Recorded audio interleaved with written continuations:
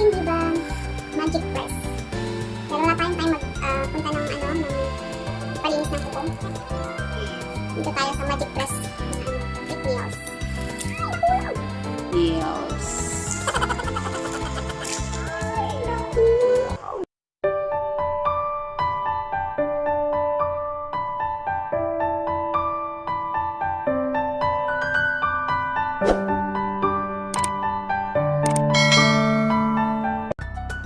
Hello guys! Let me try this Dashing Diva Magic Press Super Slim Fit. Fake nail siya. Ang cute, yellow and gold. Meron din siyang summer may flower. Yan. Then, wala tayong time magpalinis ng kuko. Christmas ngayon, so dapat maganda ang kuko. Try natin to. Ididikit lang siya. So, makakasave tayo ng time kahit ididikit mo siya pag talagang paalis ka na. So, pwede siyang tanggalin and pwede siyang ibalik ulit. Ayan. Ayan siya. So, ang cute, diba?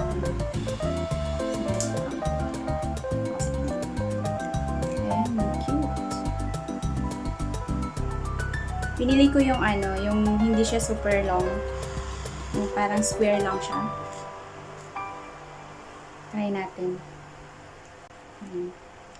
Actually, meron siyang alam sa dito.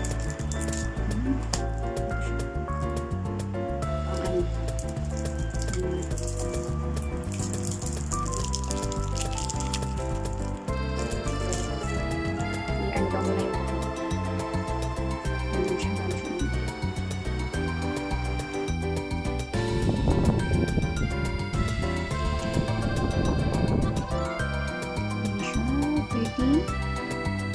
log size na siya, 30 pieces. Perfect fit for all nails. Pinili ko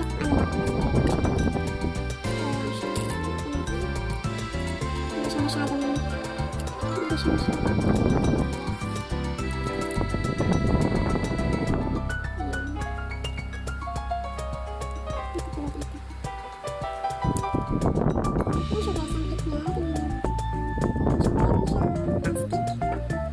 easy to put.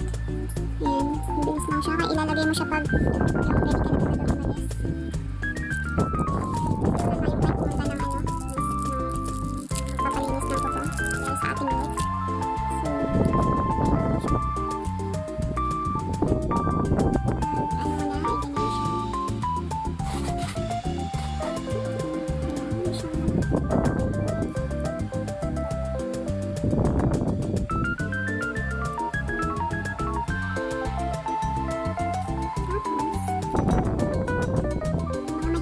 dyan, shout out.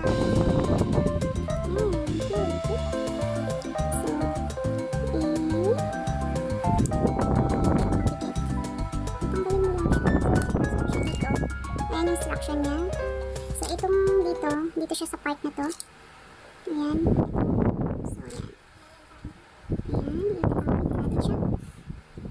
Ayan, ididikit natin siya. Then, press. Para mo dyan. Ito yung walang fake nails plus yung ito na siya. O, diba? Ano yung pagkakain? Ang cute. Less time. I mean, save time. Tapos, after ng day off, pwede siyang tanggalin. So, yeah. Pakita ko sa inyo paano tatanggalin ko siya. Yung fit sa ating nail.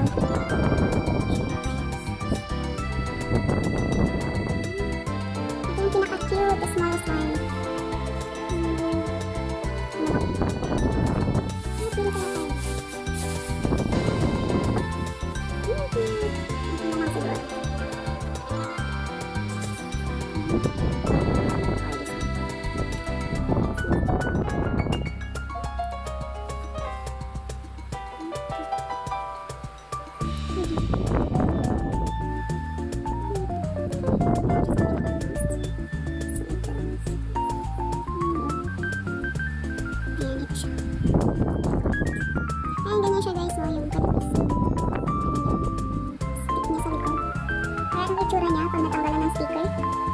Meron siyang parang gel sa loob.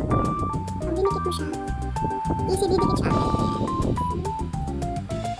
Tapos i-press mo lang siya ng ganyan, long press. That's it.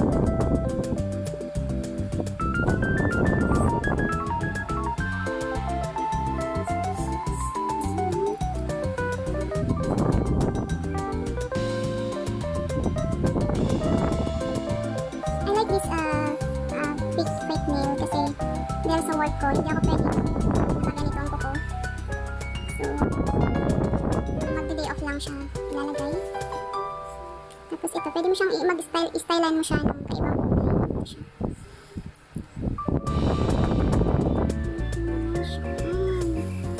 Ganyan siya. Ang cute. I love this one. Tapos, sa last part, itong yellow ulit. So, may design lang siya na ganyan. Yellow tapos may gold siya. Ito ang pinaka-tiny na kuko natin. Ito ang galing na naka-invento nito. Yung nakasukat na siya sa sizes ng kuko. Diba? Actually, marami siyang marami siyang papipili. Ang cute. Pero ito, napili ko siya kasi super, ano yung kulay ko? Super, hindi siya, diba? Ano siya? Saka, yun na niya yung pagkakaiba. Ang cute, diba? Nakakaiba. I love it. Ituloy ko na yung sa kabila. Itong may flowers. Next time na siya gamitin. Pag naka-flower outfit natin. Yung summer outfit. Ayan. So, dito naman sa kabila.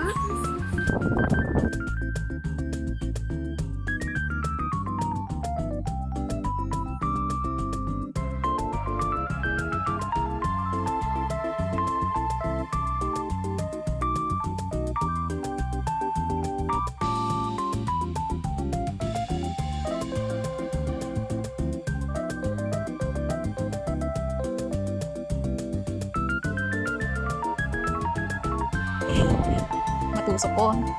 Char. Char lang. O, diba? Done! For, I think, 5 minutes. Humaba lang ako ng daldal ko. Look it. Look, it's so nice. Diba? Tapos may extra pa siya para sa next time. Next time, itry ko naman tong, ayan. Look at my nails. It's so pretty. See? Parang tunay. For just in 5 minutes, nagawa ko siyang lagay. So, itabi natin for next time.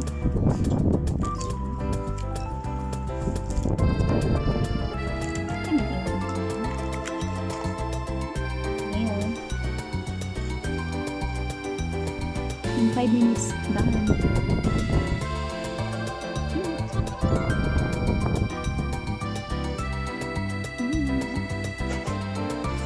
Thank you guys.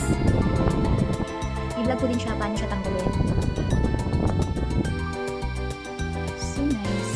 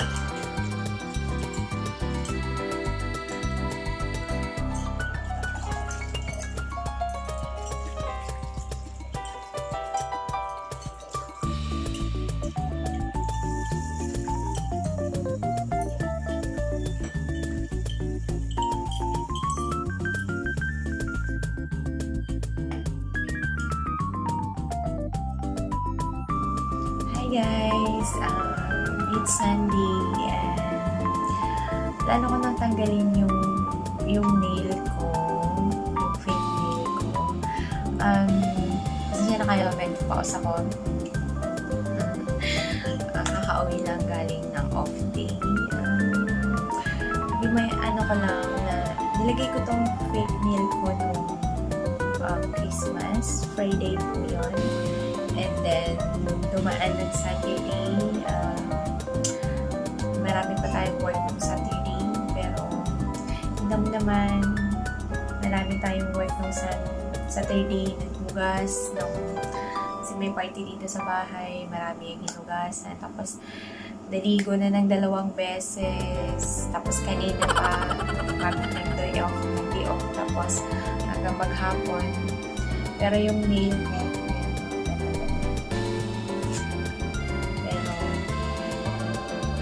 hindi natin siya pwede i-keep kasi medyo nakakahiya sa work natin. Kaya, tanggalin ko na siya. Pakita ko sa inyo kung gaano siya kabilis tanggalin. And parang totoo din. Parang totoo.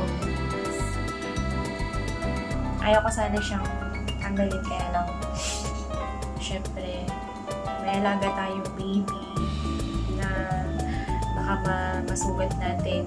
Kaya, better na maiksi ang nail. So, ayan.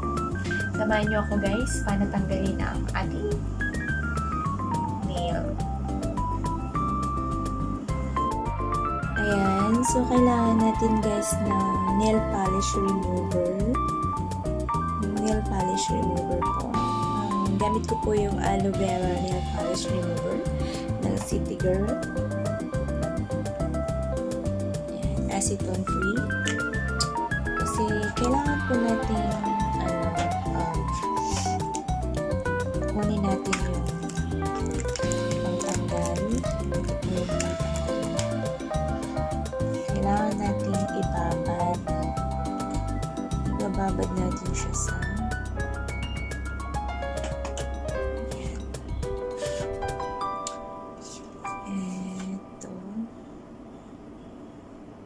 ibababad po natin siya ganyan.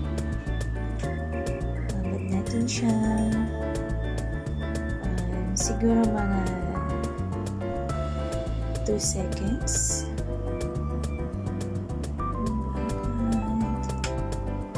Tapos ipapasok na siya dyan.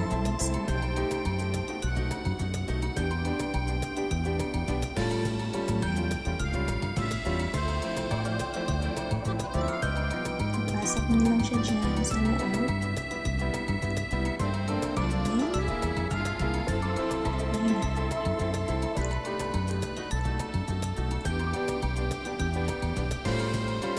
Ayan siya guys. Ganyan lang po kabilis.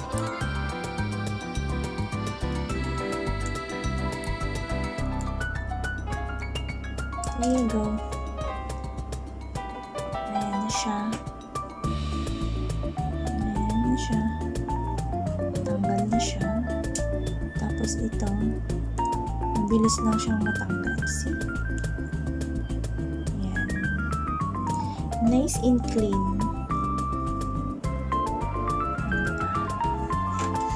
Then, babad natin siya ulit.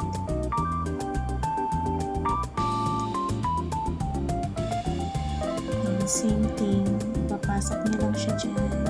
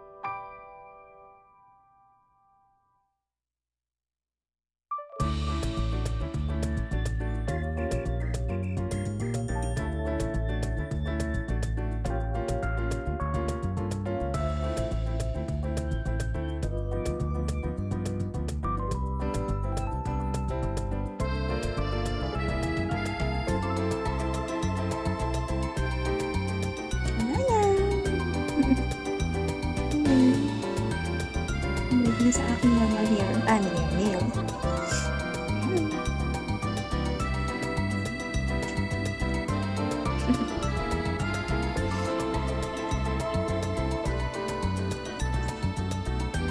Ayan, natanggal na po natin yung ating cute na fake nail. Back to our normal nail. Ayan. Ang linis niya, hindi siya masakit. Yung sabi nila na nakakasira daw ng nail. Hindi po kasi hindi. As in, ayan, bilis niya lang. Tapos pwede mo po siyang gamitin ulit para sa next. Ayan siya. Ayan, natanggal na po natin yung ating cute fake nail.